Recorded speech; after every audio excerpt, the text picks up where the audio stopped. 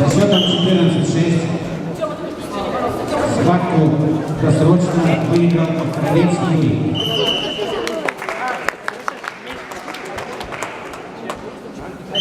Приготовиться весовая категория 62 килограмма.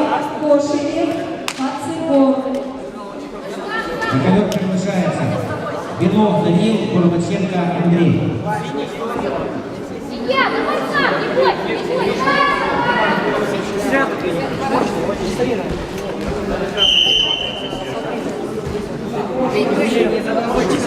Я, Саша.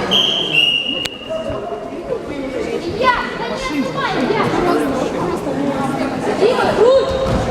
Круть. Баба!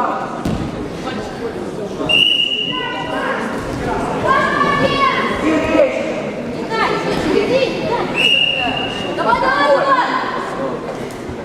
Давай, ходи, ходи, ходи. Ходи назад!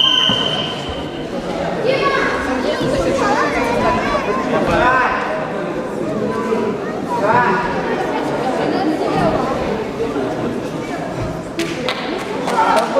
Победу на душе одержал борец Дмитрий.